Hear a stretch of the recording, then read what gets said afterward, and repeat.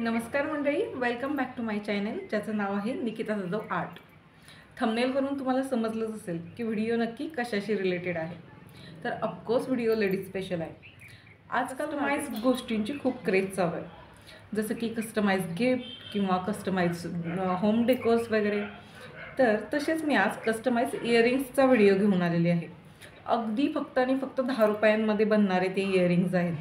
तुम्हाला घरच्या घरी जसे हव्या त्या शेपमध्ये, हव्या त्या कलरमध्ये, हव्या त्या डिझाईनमध्ये घरच्या घरी DIY इयरिंग्स बनवता येतील।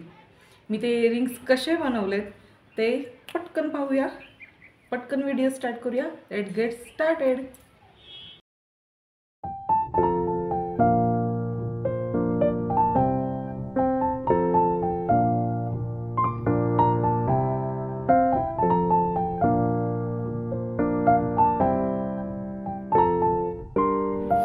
इथे मी 10 रुपयाचं एमसील घेतलेलं आहे। फेविग्रिल मोल्डेड क्लेच्या ऐवजी मी हे यूज केले। ते थोडंसं कॉस्टली पडतं, सो मी एमसीलपासूनच बनवायचं ठरवले इयरिंग्स। आपल्याला हार्डनर आणि रेझिन भेटतं एमसीलमध्ये पण। ते असं स्क्वीज करून घ्यायचं, एकमेकात मिसळून घ्यायचं, त्याचा असा ब्लॅक कलर येतो। नंतर आपली जी टॅल्कम पावडर असते ती खाली स्प्रेड करून त्याला लाटण्याने असं लाटून घ्यायचं छानपैकी, जेणेकरून आपण ते लाटल्यानंतर खाली चिटकणार नाही। मी 2 सर्कल, 2 मोठे आणि 2 छोटे असे प्रेस करून घेतलेत त्याच्यावरती। आणि आपल्याला इयरिंग्स बनवायचे आहेत, तर त्याला हुक लावण्यासाठी किंवा जम्परिंग अटॅच करण्यासाठी मी जोपर्यंत ते थोडंसं ओलसर आहे तोपर्यंतच त्याला होल्स करून घेतलेत। इथे मी उरलेले 2 छोटे छोटे गोळे घेतलेत आणि त्याला आता मी ड्रॉप शेप देणार आहे, बोटानेच देणार आहे, कारण माझ्याकडं त्याचा शेप एक्झॅक्टली देण्यासाठी असं काहीच अवेलेबल नव्हतं। तर मी हातानेच तो ड्रॉप शेप करून घेते। बघू शकताय, अगदी इझी, फार कमी वेळात हा व्हिडिओ बनला होता। खरं तर मला सोमवारची वाटही बघायची नव्हती, पण म्हटलं ठीक आहे, आता रुटीन नको आपलं चेंज करायला। इतक्या स्पीडमध्ये म्हणजे हे इयरिंग्स बनवून तयार झालेत, खूप सोपे आहेत। इथं मी ड्रॉप शेपला पण होल करून घेतलेत वरती। आणि तिसरं इयरिंग आहे ते आपलं हार्ट शेपमध्ये असणार आहे।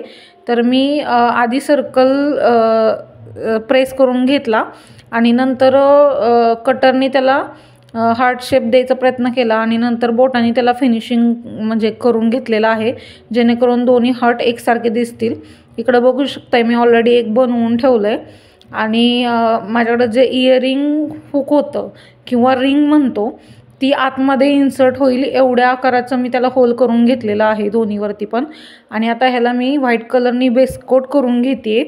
तिन्ही रिंग्स मी सुकल्यानंतर पूर्ण ते व्यवस्थित एमसील ड्राय झाल्यानंतर व्हाईट कलरनी बेसकोट करून घेतलेलं आहे। अगदी थोड्या वेळात, म्हणजे हार्डली एका तासात ते म्हणजे सुकून जातं किंवा हार्ड होऊन जातं। व्हाईट कलर अशासाठी की आपण जो त्याच्यावरती कलर करणार आहे किंवा डिझाईन करणार आहे ती व्यवस्थित उठून दिसावी। आणि हा बेसकोट वाळल्यानंतर तुम्हाला हव्या त्या कलरमध्ये, हव्या त्या डिझाईनमध्ये तुम्ही हे इयरिंग्स रंगवू शकता आणि नंतर ते असेंबल करून घेऊ शकता। आता असेंबल करण्यासाठी आपल्याला जम्प रिंगचा वगैरे यूज होणार आहे। इथं बघताय माझ्याकडे एक स्काय ब्ल्यू कलरची साडी होती, तर त्याच्यासाठी मला हे इयरिंग्स बनवायचे होते, म्हणून मी त्या हर्टला पूर्ण स्काय ब्ल्यू कलर करून घेतलेला आहे। म्हणजे माझ्याकडे ऑलरेडी ॲक्रेलिकचा ब्ल्यू कलर होता, त्याच्यात व्हाईट कलर मिक्स करून मी हा कलर बनवला आहे। इथं बघू शकता ही रिंग आहे माझ्याकडे ऑलरेडी गोल्डन कलरची, तर त्याच्यात मी असं इन्सर्ट करून त्या रिंगला नवीन जन्म दिला आहे म्हणा किंवा एक नवीन लुक दिला आहे। हे ड्रॉप शेप इयरिंग आहेत, त्याला मी आता ब्लॅक कलरनी पूर्ण कलर करून घेते आणि त्याच्या कडांना गोल्डन कलरनी कलर करून घेते। मला ॲक्च्युली याच्यात गोल्डन डिझाईन बनवायचे आहे, पूर्ण ब्लॅक ठेवायचं नाही आहे, जेणेकरून आपल्याला हे कोणत्याही ड्रेसवरती मॅच होईल। अगदी ट्रॅडिशनलवरती किंवा वेस्टर्नवरती ही खूप सुंदर दिसेल हे इयरिंग। तर तसंच मला बनवायचं होतं। आता इथं मी गोल्डननी 0 पॉईंटच्या ब्रशनेच त्याच्यावरती डिझाईन करून घेते। तुम्ही तुम्हाला जर तसंच यूज करायचं असेल तर तसंही यूज करू शकताय, पूर्ण प्लेन ब्लॅक. इथं बघताय मी डॉटनी अगदी सिम्पल आणि इझी डिझाईन बनवली आहे, काही ट्रिकी वगैरे केलेलं नाही आहे. आता जो दुसरा आपलं जो सर्कलवालं इयरिंग होतं तर त्याला मी रेडमध्ये थोडासा ब्लॅक कलर मिक्स करून चॉकलेटीसारखा कलर बनवलेला आहे. आणि इथं मी जुगाड काय केलं आहे बघा, माझ्याकडं 000 किंवा 00चा ब्रश नव्हता. सो मी जो 0 पॉईंटचा जो ब्रश आहे त्याच्या टोकाने तिथं सिल्वर कलरने डिझाईन बनवायला चालू केली आहे. अगदी मंडाला बनवू शकता किंवा तुमच्या मनात जे काही येईल ते. अगदी डॉट फक्त डिझाईन केली असती तरी सुंदर दिसलं असतं, पण मला थोडीशी मंडाला पॅटर्नसारखी डिझाईन हवी होती. तर मी इथं बघू शकताय त्या पॉइंटेड टिपनीच ब्रशच्या बॅक साईडनीच त्याला डिझाईन बनवून घेते.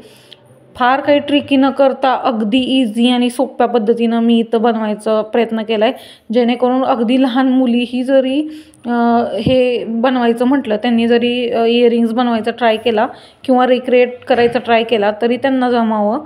इतकं इझी आणि सिम्पल मी ते ठेवलेलं आहे.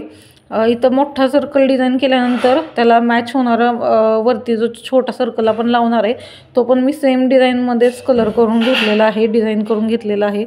आता या ड्रॉप शेपला जम्प रिंगने आपण जे इयरिंग हुक असतं त्याच्यामध्ये अडकवून घेणार आहे.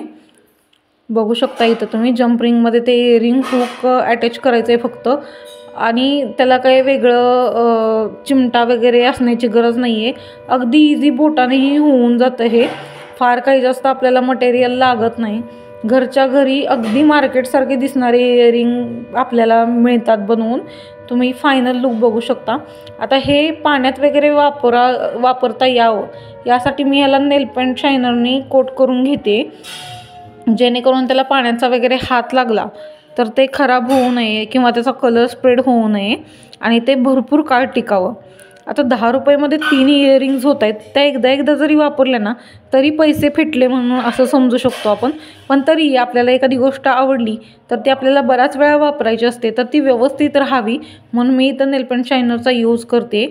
ड्रॉप शेप इयरिंग मी असेंबल करून मग शायनरचा कोट लावला आहे. पण हे जे सर्कलवालं आहे किंवा राऊंड शेपवालं इयरिंग आहे ते मी असेंबल न करता आधी त्याला नेल शायनरनी कोट करून घेतलं आणि मग नंतर आपण त्याला असेंबल करणार आहोत.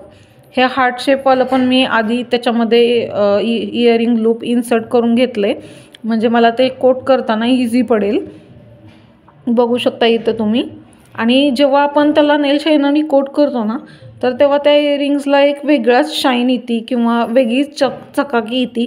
अगदी कोणीही म्हणणार नाही की हे इयरिंग्स घरी बनवलेत. फायनल लुकला ते सेम अगदी मार्केटमध्ये जसे मिळतात ना तसेच तुम्हाला दिसतील. आता हे राऊंड शेप 2 जे आहेत त्याला मी इयरिंग्स जम्प रिंगने अटॅच करून घेते दोन्ही, आणि ते जे छोटं सर्कल आहे त्याच्या पाठीमागे मी एअर स्टॉपर आणि इयरिंगचं जे हुक असतं तर ते अटॅच करून घेते. आणि इथं मी फेविबॉन्ड यूज केला आहे म्हणजे जेणेकरून ते निघणार नाही.